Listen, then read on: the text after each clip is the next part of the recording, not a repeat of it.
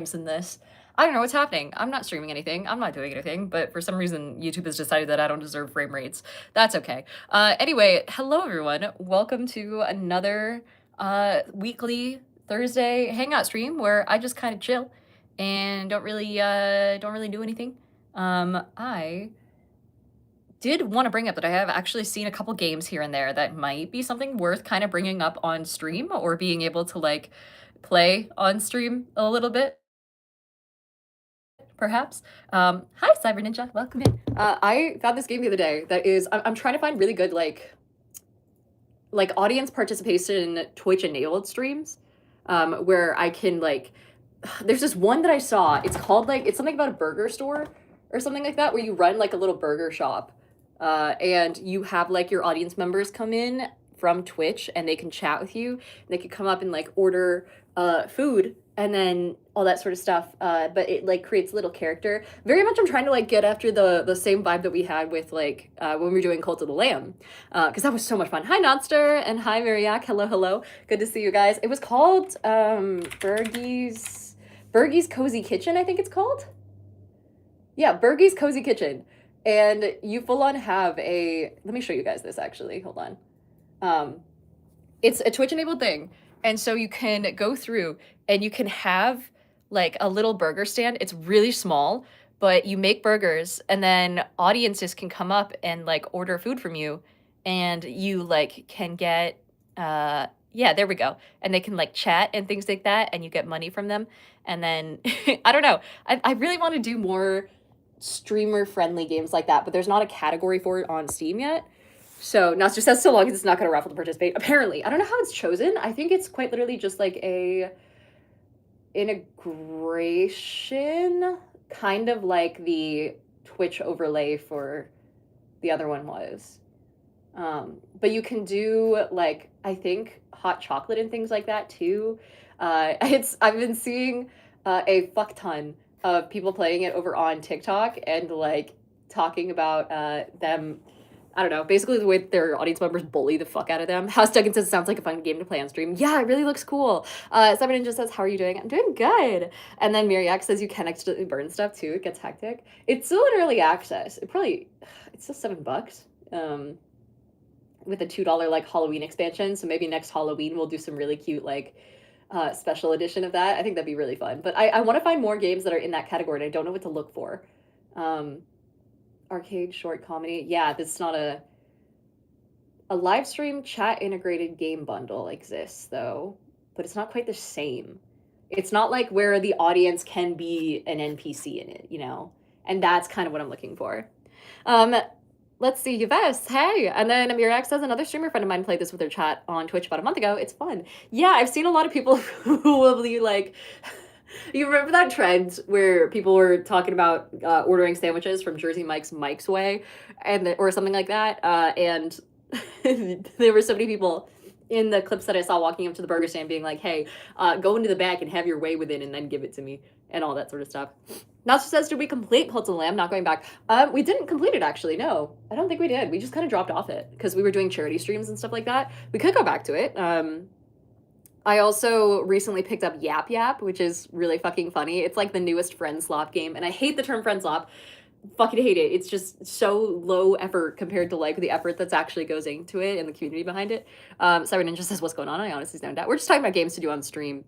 Oh my god, and Yves says, "How was the nap yesterday?" Naps are the best way to sleep. It wasn't an intentional nap. I just straight up overslept. I slept till 10 or 11 and then I woke up to like messages from my work being like, "Diana, we need you for this and this. Where are you?" Like, okay, I guess I'll just do it myself. And I was like, oh my god, I'm so sorry. And now she says, "Did you catch up on work at least?" I'm so close. I'm so close to being caught up. I did spend a lot of today working through a new character that I'm building for this is going to be fun. It's a post-apocalyptic podcast style actual play that uses D&D, but it's like post-apocalyptic and it kind of has to do with some like crazy, I don't know. It's got some really cool aesthetics to it, and I made a paladin character for it that's going to kind of deal with like the loss of hope over time and all that sort of stuff. It's going to be cool to focus on the human side of horror and being like the victim of horror and horrifying things as opposed to like, and especially when it's so like person based. Like it's not the horrors of some strange entity hunting you down. It's the horrors of people cannibalizing each other for food and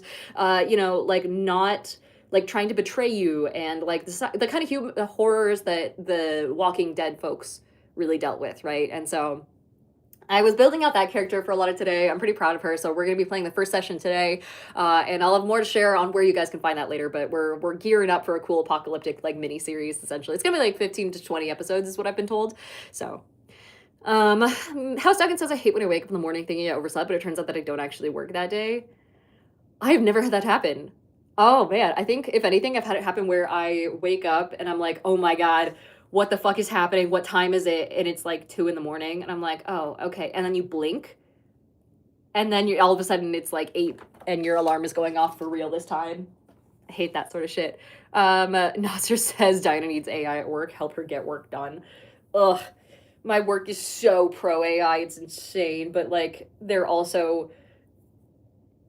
not slowing down the way they should be given the industry I work in. I'll put it that way. I'm the person who's like, hey, maybe we shouldn't trust all this stuff because I just got 3 wrong answers in a row from it. Like that sort of shit. Oh my God. So Pure Joy says they have cannibalistic gangs in Haiti right now. Really? Because they're still recovering from the earthquake, right? Like, that never really ended, did it? VSO says, I'm running my first campaign on Monday, and I just want to say I appreciate all the inspiration your videos bring. I love your content. Thank you. Oh my God, yeah. I try my best when it comes to TTRPGs and campaigns. First of all, congrats on running a campaign, too. That's awesome. But I try my best to make it not all just, like, horror and apocalyptic stuff, but at the same time, those are some of the most fun stories to tell, at least for me, and most fun stories to be a part of when it comes to, like, a game like that.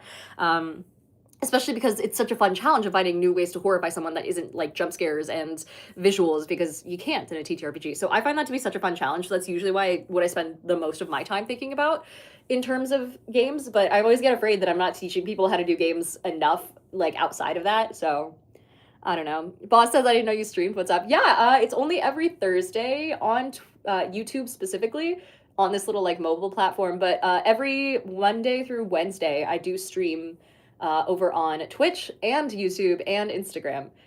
So Monday through Wednesday is like my regular streams. Those are a lot longer too. Those are an hour and a half.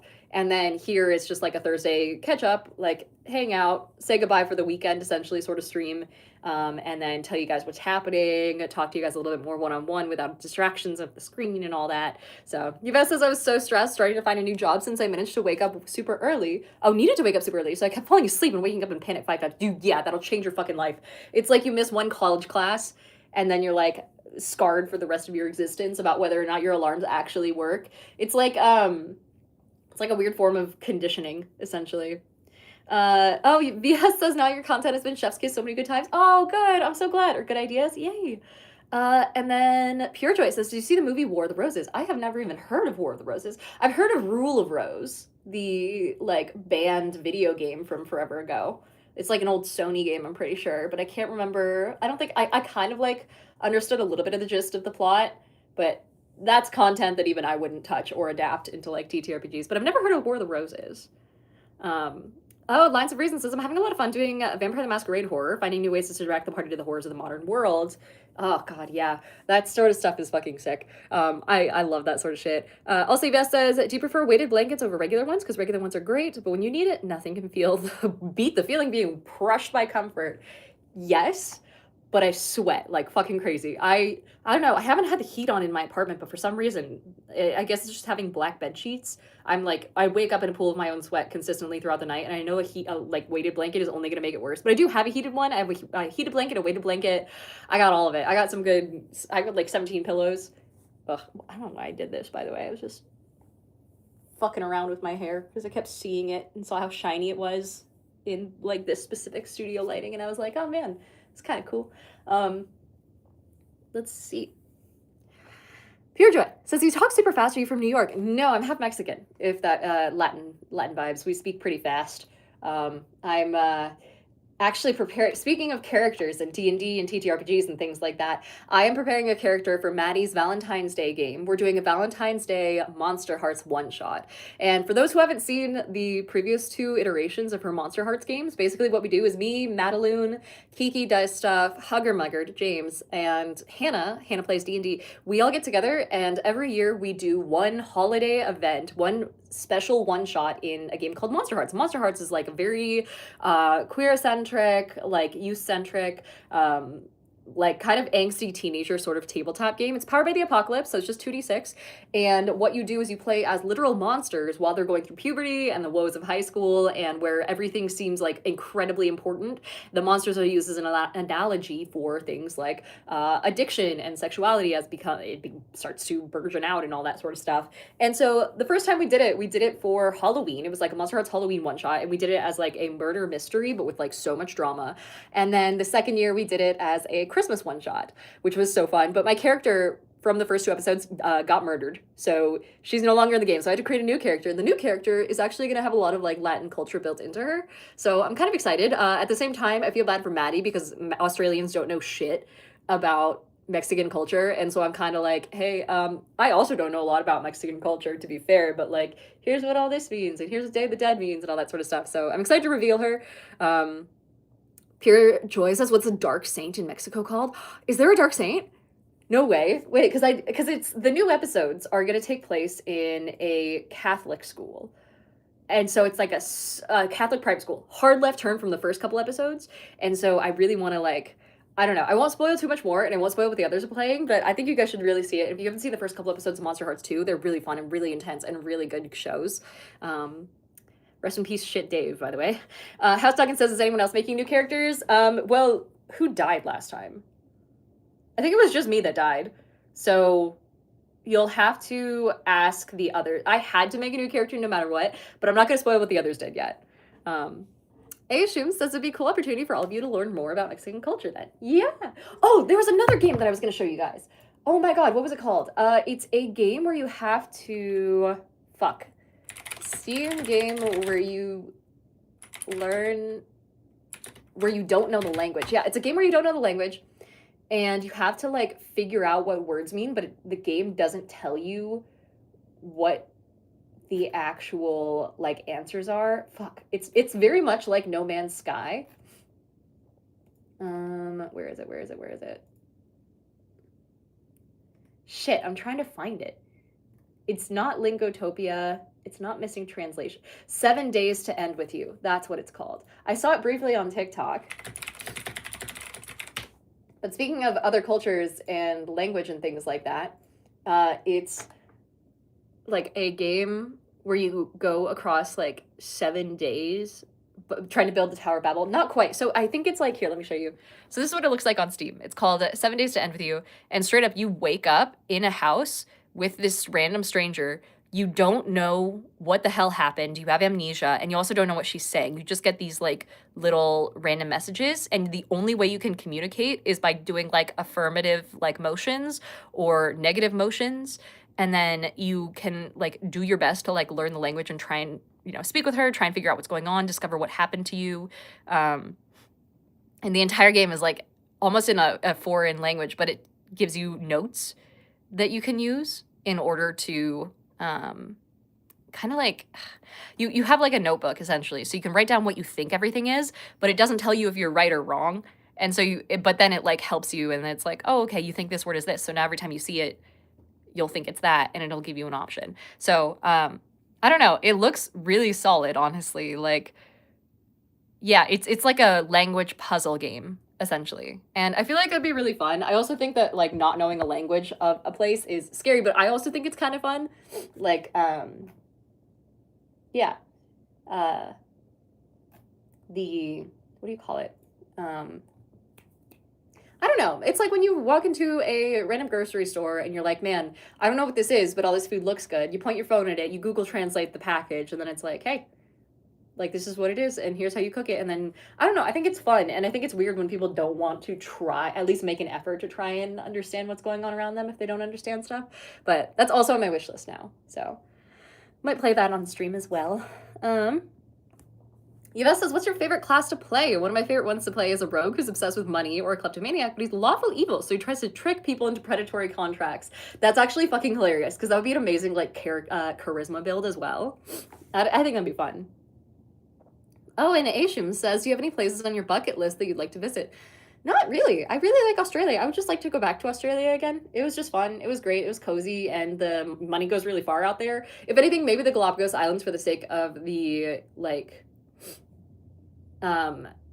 zoological, like significance, I suppose. But if anything, the San Diego Zoo was on my bucket list for a while, and then I went. So I think that's fun. I might go back there, but it was quite big.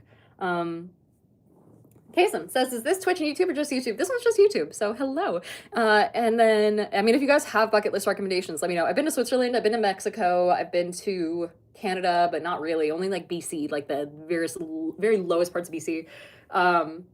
And Australia, both the east and west coasts and the southern side. So those are all the places that I feel like I would want to go visit. If anything, I might go back to, I kind of want to go to Italy a little bit, but not for the sake of the fact that the Italian culture is much of a thing outside of the food. I really, really loved the food on the Italian southern side of Switzerland when I visited. It was so tasty. And so I kind of want to go see what it's like properly in Italy. Like, I was walking around Switzerland close to the Italian border, and I was having gelato every day. I was having like the tastiest little snacks. I got to take trains everywhere because the public transit's still amazing.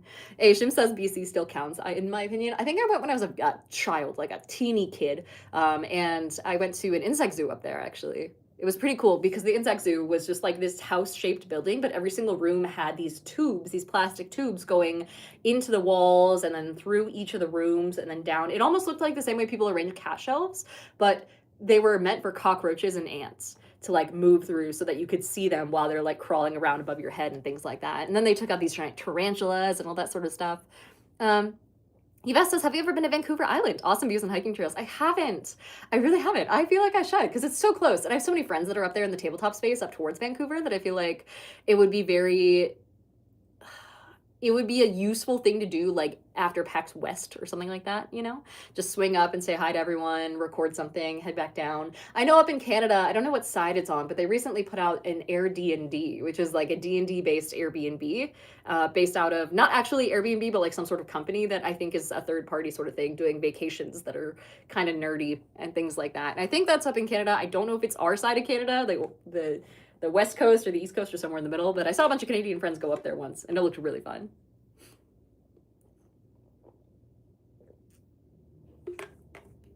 But yeah. Oh man. I also wanted to talk to you guys and get your opinions on Magic as well. Again, I know I always talk about Magic, but I am trying to figure out what commander I should build next from scratch. And I do have quite a few of, let me see, Scryball. I have quite a few like legendary creatures that I could potentially build around. Oh, hey, hold on. Alexander says Southern France is great if you're looking for food. Nice in Marseille. Oh, Nice and Marseille. I think that'd be fun. France intimidates the shit out of me. So I don't know. Oh my god. Also, Mental Noob says, I just watched your short about dense beards. That's hilarious. Here in Oregon, I don't see too many thick beards, but they're definitely around. I know. I'm thinking like I was thinking about it more. And I was trying to like, because so many people were asking like, hey, is it like, is my beard too dense? And I was like, no, not really. But I think the thing is that beards look more dense when they're not grown out and scraggly, and when they're well groomed it almost makes it look worse because it's perfectly clean lines of just way too much hair that is like perfectly shaven down and trimmed at the end, so it doesn't look like raggedy, because the raggediness gives it a little bit more air and makes it look less dense and makes it less scary. But things like what Shel Silverstein has, or that one guy in the BetterHelp ads, you know, the one if you watch TikTok, fucking shows up so much on my view page. He's actually a really nice guy. I looked at his account. He's got like a whole family thing going on. He's trying to start a coffee shop. He's got like 2 kids. Great guy. Don't work with BetterHelp though. But he's like the exact picture of who I was thinking of when I made the video. But no, I think it has more to do with the way it's shaped as well as the density. I don't think it's just density alone the more I think about it. But yeah, no, we have so many fucking beards up here in the States, but up in the Pacific Northwest specifically, you know, gotta keep the chin warm, I suppose.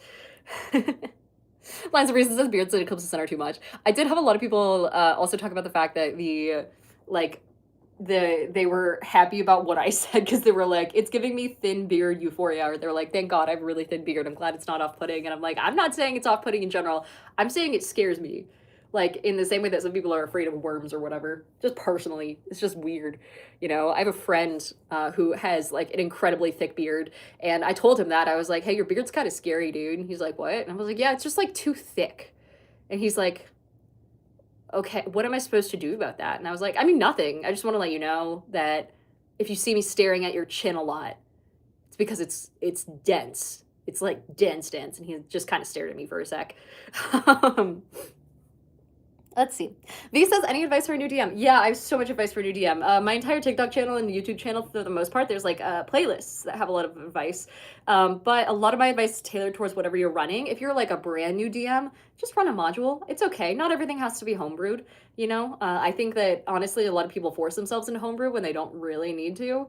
Yves also says, don't let your players bully you. That's the thing, too. Definitely have a group consensus and a session zero and go over what homebrew rules and things like that you have. So, for example, if you don't allow silvery barbs, then that's fine. Just let people know ahead of time. And if anything, take a vote because people are definitely going to want to, like, know. I don't know. Like, if I have a homebrew rule and people are like, that's objectively dumb and I hate that, then I am totally okay with them vetoing it if they take a vote. You know, I'm not going to be the end all you know, the ultimate ruler of the table. I'm just the DM. I'm just the guide, you know. Alexander says session zero is the most important thing to have is both a player and a DM. Indeed, yeah. My session zero documents are really dense, but that's only because I like doing my session zeros pretty much asynchronously. But beyond that, it's mostly for the sake of content and then making sure everyone's on the same page. I also make my session zeros like, hey, what is everyone going to be playing, you know, and so on and so forth. Not so much that though, actually. It depends on the campaign. If it's a one shot, I'll want everyone to tell me what they're playing, but if it's a full campaign, I prefer it if everyone kept it secret and then like discovered themselves going into the game. Mental Noob says, if you hadn't tried CEDH, you should definitely look into it. It's my favorite way to play Commander. You just have to accept that nothing is off the table. So what's the difference between Commander and CEDH? I thought they were the same thing. CEDH versus Commander. Oh, wait, CEDH is trying to win in turns 1 through 3 using the highest powered, most efficient cards, and Casual Commander focuses on social, varied gameplay with a wider power range. I'm scared. I would never do CEDH. Oh my god, I'd be terrified. Also, One Immortal says, clarify if you're doing rule cooler rules as written. Yeah, that too. That's more of a spectrum, though. It's kind of hard to define, and it also depends on so many different things. Like, I don't know, if you...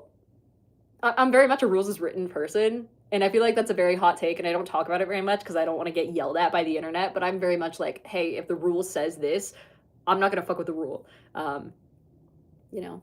Oh, yeah, A says says CEDH is min-maxing. Basically, yeah, it's no holds barred to win, it's highly optimized, requires a lot of fast mana and efficient tuners, and a lot of infinite combos that are compact.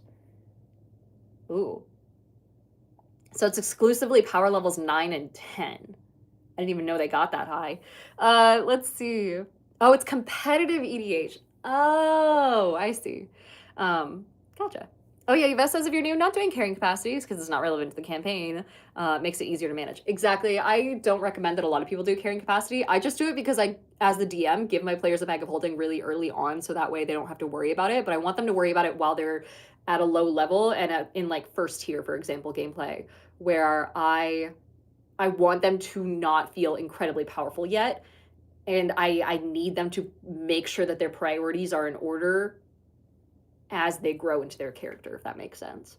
But that's just me thing. I don't tell other people to do that so much. I will if it's like a horror survival campaign, but in general, I do it myself for the sake of realism, and I do it myself for the sake of giving myself an excuse to give them a bag of holding early. House Duggan says 9 and 10 are the old way of measuring deck power. Oh, was that before the bracket system?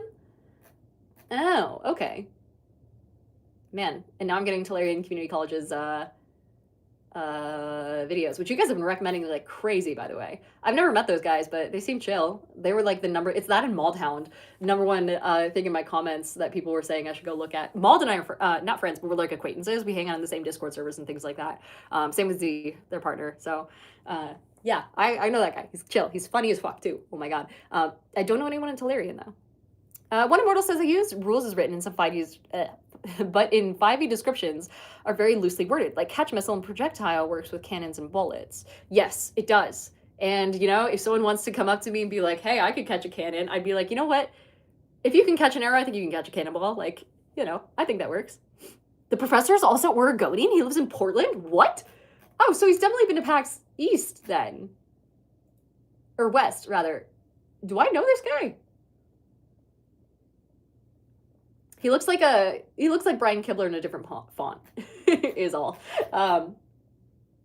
Fascinating. Okay. Is it just one guy? I thought it was like a collective of people for some reason. Oh, no, he gets together with a bunch of people and plays. Okay, I get it. Fascinating. The #1 Magic the Gathering channel featuring product reviews and unboxing videos, gameplay tips, tricks and strategy lore, online analysis, and how to play the amazing cult. Yeah, he's in Portland. Damn, that's awesome. That's sick. Cool. Well, I hope I get to say hi. Damn, he's got over 1 million subs too. Huh. I hope I get to say hi at some point. He almost always goes to Portland Magic events. Oh, okay. And his name is also Brian. Oh, gotcha. Let's see. Nostra says, do you manage to take the OCPD and make it your superpower for your work and creative life? Yes, it helps to keep extremely regimented and having like a to-do list that I'm very strict on and all that sort of stuff. Granted, if it's more like I'm being held captive by my own work ethic, but at the same time, it does have really good effects and it has really awesome outcomes, you know? And so it's like discipline to an extreme degree is the easiest way to put it. And it does help. It's not the most mentally healthy thing because if there's ever a circumstance that makes it so that you can't work. So, for example, anytime I'm sick, I'm just miserable and hating myself for not being able to work. And I don't take sick days even when I'm sick and things like that. And so that sucks and it's really not great objectively. But at the same time, when I'm free and able to do stuff, it's really cool to be able to just like be productive and not get distracted by things and just do really well at basically everything. But it's purely a slog way of doing it. House Dragon says to you, everyone looks like the same except in a different font. That may be true. Well, no. It's just the dudes with long hair, I think. Latin of Reason says it's Brian's all the way down. How do you decide on your username, says Hater? I picked it forever ago, back when I was in high school and first got an Instagram account. I just chose Diana of the Rose because Diana's my real first name. And then Of the Rose was just something that I picked out because I just happened to like roses at the time. And I grew up in Portland, the Rose City and all that. And it just stuck and it ended up being available basically everywhere that I've looked. So thank God. I've never had to have a different username anywhere. But it doesn't have any particular significance beyond that. Oh, so it says make mental health part of the routine and then it won't feel like cheating. It's not that easy. It's more like I need to constantly be doing at least one thing that is actively working towards my goals all the time. And if not, 2 things or 3 things. So half the time when I'm on, there's been times where you might see me over on Maddie's channel, right? For example, during Chains of Asmodeus, there are some moments where I'm staring off to the side. It's because I'm organizing cards at the same time because I'm like, fuck, I'm in the game but I'm not doing anything with my hands. Like, I could be maximizing my time right now. So, Time Guy says, do you listen to Let's Plays? No, not anymore. I don't have the time, unfortunately. I need to for the sake of, like, research, but at the same time, I feel like not having a solid knowledge of pop culture does really well for me when it comes to building characters that are unique and not just accidentally copies of something else that I've seen and that's living in the back of my head. So, I quite like it. I also feel like it also depends on the Let's Play. If I do listen to them, I listen to them at 2 times speed because a lot of them, I don't know. It's been a while. I don't want to generalize. Alex says, is someone living 5 hours north of Portland? I'm contractually obligated to say that tulips are greater than roses. That is a very 5 hours north of Portland opinion, and I respect it. Hi, Robo Boop. Good to see you. And then One Immortal says, I heard Instagram in high school and aged like 6 years. Instagram wasn't a thing in high school for me. Hashtag MySpace. Yeah, MySpace totally missed me. Facebook was like barely a thing, but Instagram was the thing that hit me right when because it was right when iPhones and iPod Touches came out. I wasn't allowed to have an iPhone, but I had an iPod Touch, and that was the era where photography and all that sort of stuff really came into play and caused us to want to be on that. I didn't have like a home computer really or anything to work with as much. And so I didn't really do anything that wasn't super mobile from the start, essentially. Yeah. Alex says, for me, it's hard to work with other people, watching them do things that are non-optimal. Yeah, so part of OCPD is not like, is this antisocial aspect? Not antisocial, because that's really a harsh term in psychology. It's a slightly asocial aspect where it's like, you don't allow other people to do things, and you don't like to delegate jobs to other people because you're afraid that they'll do it wrong unless you explicitly take steps to make sure that they physically can't. So for example, if you check in on their work every now and then and correct them as needed, or if you write an entire guide step by step saying exactly how to do the job perfectly. When I got to my current job, my current role, the first thing I did was I went through and I was like, oh, the person training me is just training me off of memory. Like there's no written instructions on how to do any part of this job. This is awful. and it's setting my brain on fire. And so I went through and hand wrote instructions on how to do basically every aspect of my job. And I formed a library, like functionally a wiki for my position. Don't do that, by the way. It makes you obsolete. You're making your own position obsolete if you do that. But or you're contributing to it. But at the same time, we were hiring on a lot of people and I needed to know that they were doing things right. Otherwise, I would have to fix it down the road or it would bother me or something like that. And sure enough, regardless of the written instructions, Alexander is exactly right, saying, and then they still don't do it the way it's written down. Yeah. Yup. It really is. Rip.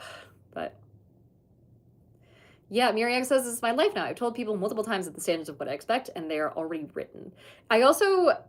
There is a thing where if OCPD has very much like, if I'm not going to do it perfectly, I just can't do it at all. And I will not be able to even start. Like, there's no such thing as practicing unless you have a good idea of the fact that your practice will 100% get you better within a reasonable time frame. Like, you have to know that you can't just bang your head against a wall and hope for the best, right? It's like why I've never gotten into art, why I've never sung, why I've never danced. I've never even attempted any of those things to any degree. Like, I don't sing in the shower, I don't sing in the car. It's not a thing because I know I'm not going to be good at it. And so I'm just like, I could spend time doing so many other better things, and hence I took the skills that I was good at, made them better. It's hard to explain, really. It's just like hyper optimization about your life, basically. Time Guy says, what kind of work do you do? I work loosely in a pharmaceutical related industry. I can't talk about specifically what I do because the exact field within my field is really small and I would be very findable. So, Nasser says you have more vitamin D activities planned for the weekend. I'm actually running out of vitamin D pills already. Dude, I talked to my dentist the other day when I went in to go get my teeth checked, and she was like, hey, do you have any health updates? And I was like, yeah, I mean, my doctor said that I have a scary low vitamin D deficiency. And she's like, really? And I'm like, yeah. And she's like, but you live in Bend. And I was like, no, I know. But apparently it also affects your teeth, I believe, and it could make your enamel weaker or something like that. So she's like, yeah, just keep us posted on that because that's actually really important. I'm like, God damn it. Is this the reason I'm getting cavities? Is like everything in my life that's been bad just traced to a vitamin D deficiency and I never knew? Fuck, man. Nazit says I bought my vitamin D pills today. Hell yeah. I mean, it can't hurt, you know? Anyway, I should head off. Thank you guys so much for hanging out. It's a lovely little time just being able to chat with y'all. I'm gonna head back to work, wrap up a couple things, and then get back to you guys on my journey in Magic and what commanders I want to build out next. Probably next week, but I will see you guys with some more content in between now and then beyond that. Thank you all so much for hanging out and subscribing, and I will see you all later.